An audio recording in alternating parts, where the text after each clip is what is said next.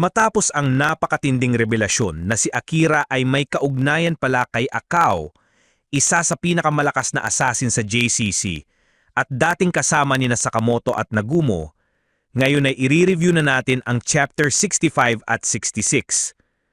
Sa wakas, masusundan na natin ang mga eksena matapos ang paghaharap ni Natamru at ang grupo ni Shin, pati ang dagdag na impormasyon tungkol sa babaeng si Akao. Sa bandang huli ng kabanata, makikita rin natin ang isang matinding twist at bakbakan na siguradong ikagugulat ninyo.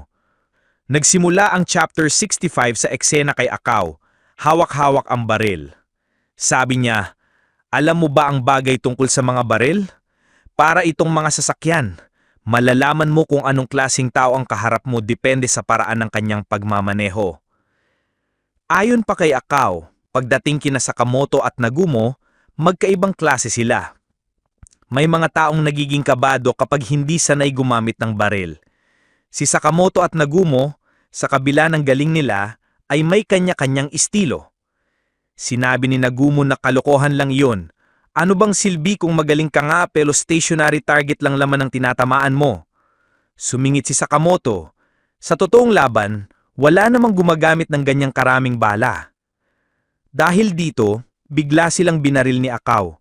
Ngunit sinadya niyang padaanin ng bala kay Sakamoto. Sabi niya, "Hoy, kayo ang naghamon sa akin dito. Ngayon bilhan ninyo ako ng pagkain gaya ng ipinangako ninyo, kundi papatayin ko kayo." Nagbitaw pa ng biro si Nagumo, pero lalo lang itong ikinainis ni Akao.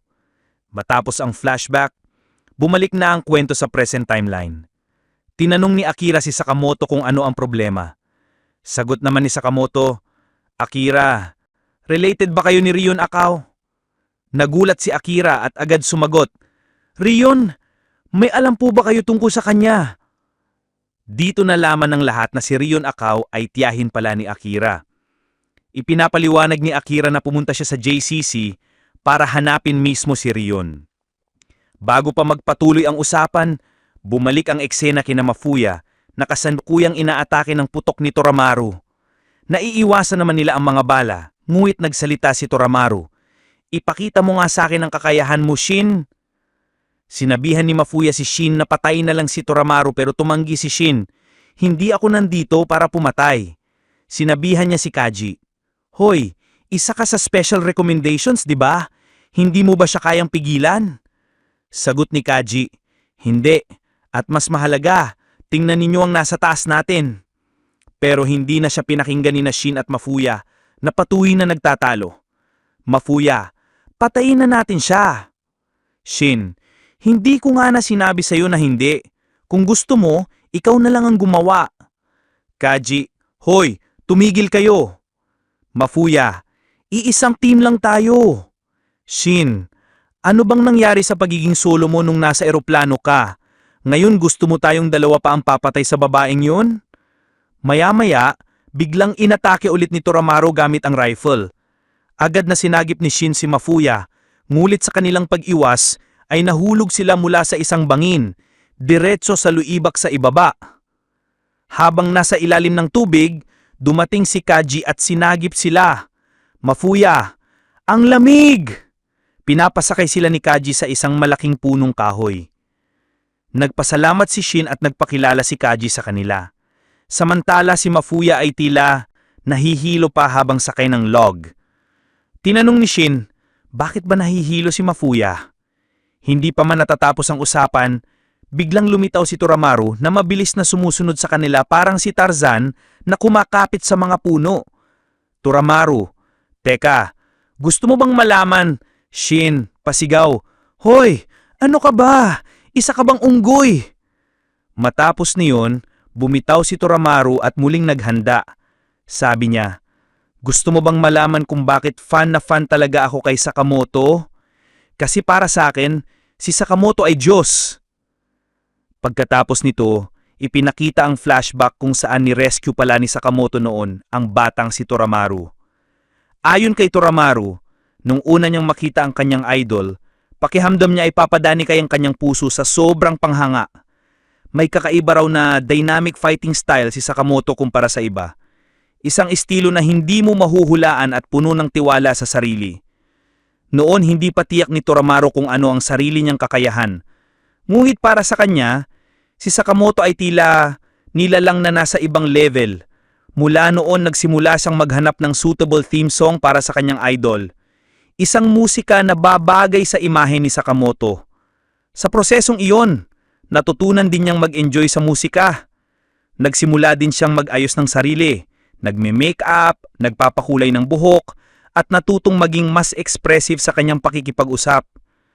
Layunin niya na sa hinaharap, magawa niyang makipag-usap kay Sakamoto ng walang pag-aalinlangan. Dahil dito, nakilala niya ang maraming kaibigan at naging mas masaya at makulay ang kanyang mundo. Kaya sabi niya, "Salamat sa iyo, Sakamoto." Pagbalik sa present timeline, makikita na nakasakay na rin si Toramaru sa lag na sinasakyan ni Shin at Mafuya. Sabi ni Toramaru, "Ikaw, binastos mo ang debosyon ko sa idol ko. Karapat dapat kang talagang mamatay." Pagkasabi nito umatake siya kay Shin at sumigaw, "Para sa'yo yan!"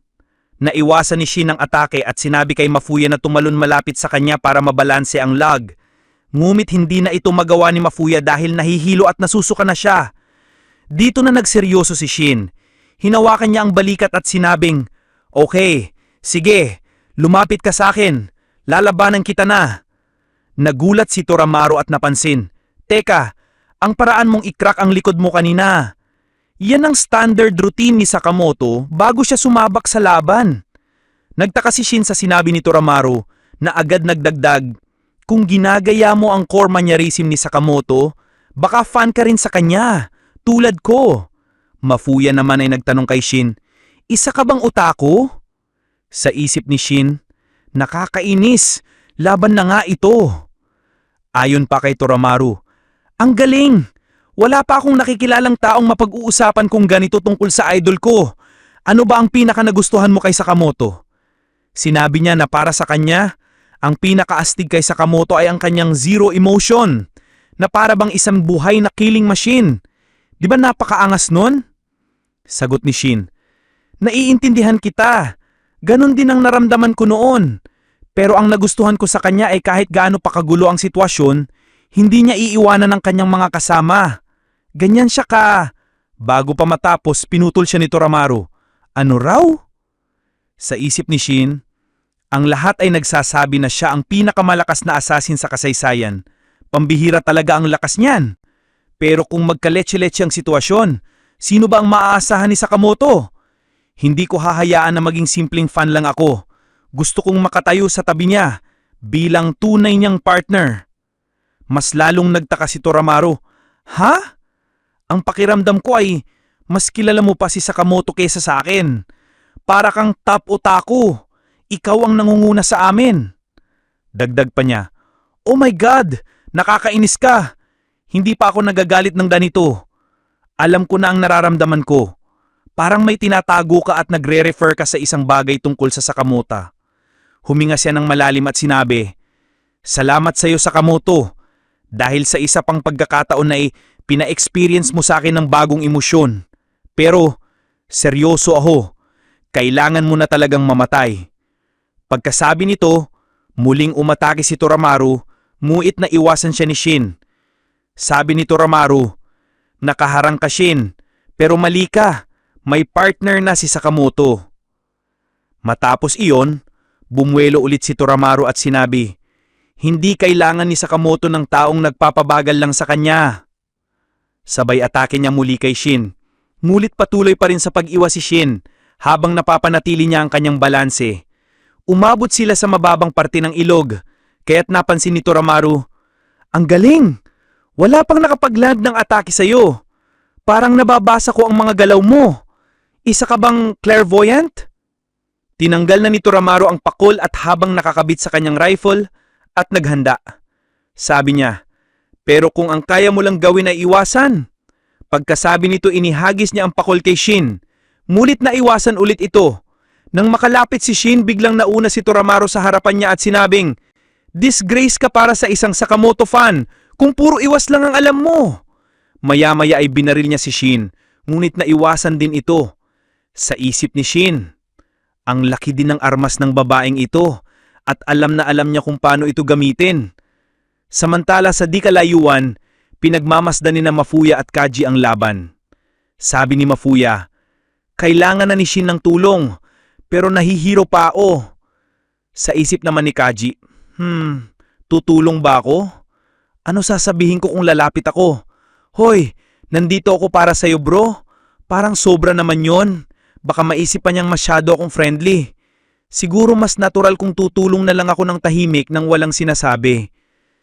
Nagdesisyon si Kaji na maghintay. Ngunit nauunahan siya ni Shin sa pagsasalita. Doon natin malaman na si Kaji ay mahiyain pala.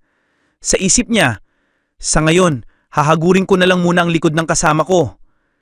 Pag ginawa niya iyon, agad sinabi ni Mafuya, Pwede bang huwag mo akong hawakan? Napahiya naman si Kaji sa sinabi nito. Pagbalik sa eksena, inactivate na ni Shin ang kanyang kakayahan upang makita ang predetermined moves ng kanyang target. Dahil dito, nagawa niyang maiwasan ang atake ni Toramaru at pumawi ng isang malakas na sipa sa ulo nito. Ngunit laking gulat ni Shin nang nagawa pa ni Toramaru na umatras at maiwasan yun. Sabi ni Toramaru, So, gusto mo rin palang magkangka-attack. Siguro, patutumbahin na lang kita gamit ang isang malakas na atake. Dito na niya pinaulanan ng bala si Shin, ngunit mabilis ding itong naiwasan. Sa isip ni Shin, ang tigas din talaga ng babahing to. Nakakainis. Ano kaya ang gagawin ni Mr. Sakamoto kung siya ang nasa sitwasyong ito? Habang iniisip yon, binawi niya agad sa sarili. Hindi, walang silbi ang pag-iisip kung ano ang gagawin ni Mr. Sakamoto. Magkaiba kami ng katawan at kakayahan. Kailangan kong manalo gamit ang sarili kong paraan. Dapat malaman ko kung ano ang magagawa ko ngayon. Maya-maya, nakaramdam si Shin ng kakaibang presensya sa paligid. Nakita niyang mga anino ng mga isda sa tubig. Samantala, sabi ni Toramaru, hindi mo talaga mahahabol ang lakas ni Sakamoto. Naghanda si Shin na agad namang napansin ni Toramaru. Pagkatapos, sinuntok siya ni Shin ngunit nasangga ito gamit ang rifle. Malakas pa rin ang impact kaya napaatras si Toramaru. Sabi niya, Whatever, kaya kong tanggapin ang mga mahihinang blows mo. Walang epekto yan sa akin. Pero habang umaatras siya, hindi niya namalayang napunta na siya sa gilid ng isang bangin na may mataas na waterfall. Nagulat si Toramaru at sabi ni Shin, Narinig mo na ba ang tungkol sa mga waterfall na sobrang taas kaya pinipigilan nitong makaakyat ng mga isda? Kanina, narinig ko ang mga boses ng mga isda kaya na-figure out ko ang strategy na ito. Tuluyan nang nahulog si Toramaru sa talon. Sabi ni Shin, ang paggamit ng environment bilang advantage sa laban ay isa ring magandang respeto para kay Mr. Sakamoto. Naalala ni Shin ang sinabi kanina ni Toramaru na kailangan daw niyang pabagsakin si Shin gamit ang isang napakalakas na atake. Sa isip niya, ang kapangyarihan ay nasa kamay ng taong nananalangin na. Matapos iyon, sinabi niya, kailangan ko nang bumalik sa team. Habang naglalakad, bigla niyang narinig ang iniisip ni Toramaru. Hindi, Sakamoto. Nagtaka si Shin at tumingin sa ilog sa may waterfall. Narinig niya ulit ang iniisip ni Toramaru. Hindi ako makahinga. Agad siyang tumalon pababa. Sa ilalim ng tubig, nakita niya si Toramaru na may inaabot mula sa pagitan ng mga bato. Nang lumapit si Shin, nakita niya na ang kinukuha nito ay si Sakamoto doll na naipit sa bato kasama ang kanyang armas. Nirescue ni Shin si Toramaru, sabay kinuha rin ang doll at weapon nito. Napangiti si Shin at nasabi, Grabe, napaka-hardcore talaga ng pagiging fan mo, Toramaru. Matapos ma-rescue ni Shin si Toramaru, nagising ito at agad na nagsabi, Sakamoto, masaya ako at ayos ka lang. Makikita naman si Shin na papalayo na, sabay sabi, Sa susunod, hindi na talaga kita i-rate. Nagulat si Toramaru sa sinabi ni Shin. Sa mga salitang iyon, tila nakita niya ang imahe ni Sakamoto kay Shin. Sinabi niya, Sa'yo na to. Paglingon ni Shin, laking gulat niya nang makita si Toramaru na umiiyak, hawak ang Sakamoto doll. Sabi ni Toramaru, Ikaw na ang may hawak ng titulo ng top otaku. Pwede ka nang maging #1 fan ni Sakamoto. Sumigaw si Shin, Huwag na! Nagulat si Toromaru at nagtanong, "Bakit? Para sabay tayong mag-cheer sa kanya." Sagot ni Shin, "Ayaw ko ng doll na yan. Ang kailangan ko yung tailband mo." Habang nagsasalita pa si Shin, biglang dumating ang isang membro ng Special Recommendation Squad na si Shinaya at sununtok si Toromaru ng napakalakas, dahilan para mapatalsik ito at mawalan ng malay. Lubos ang pagkagulat ni Shin sa ginawa ni Shinaya. Mapapansin din sa mga mata ni Shinaya ang kakaibang liwanag mula sa isang device. Kontrolado pala ang katawan niya ni Gaku. Sabi ni Gaku, gaya nga ng iniisip ko, may lockdown talaga ang kanyang galaw." Makikita si Kashima sa likod, hawak ng laptop na ginagamit upang mapanatili ang koneksyon ni Gaku. Sabi pa ni Gaku, "Magpapanggap lang akong naglalaro ng Resident Evil. Simulan na natin." Gamit ang koneksyon, parang nasa VR si Gaku habang kontrolado niya si Shinaya sa laban. Sa harap ni Shin, duguan at walang malay si Toromaru, habang siya naman ay kabado at hindi makapaniwala sa nangyayari. Sa huling panel, ipinapakita ang pagdating ni Gaku, handang maghasik ng brutal at matinding labanan. At dito nagtatapos ang kabanata na nagiiwan ng tensyon para sa susunod na chapter. Kaya dito muna natin tatapusin ang video sa last panel na ito. Tutok lang, at kung nagustuhan ninyo ang ating video, maaari kayong mag-like, mag-comment at mag-subscribe para sa mas marami pang videos tulad nito. Maraming salamat, this is Mr. Anime, at kita-kits muli sa susunod na video.